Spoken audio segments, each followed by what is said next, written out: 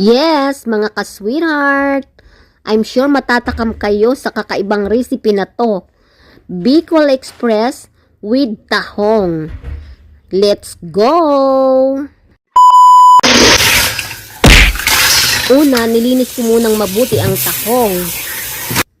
Kailangang itapat sa running water and then pinakuluan ko siya ng 2 minutes.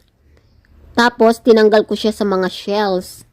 Kailangan tinanggal ko rin po yung mga paa ng tahong. Kasi, hindi naman po natin kailangan kainin yung part na matigas. Kaya tinanggal ko siya sa mga shells niya. So, ayan. Bawat isa tanggalin sa bahay. Ayan po. Ngayon, natapos na lahat. Ang balat, natanggal ko na lahat ang balat.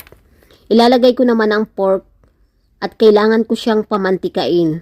Palalabasin ko lang po yung tunay niyang oil.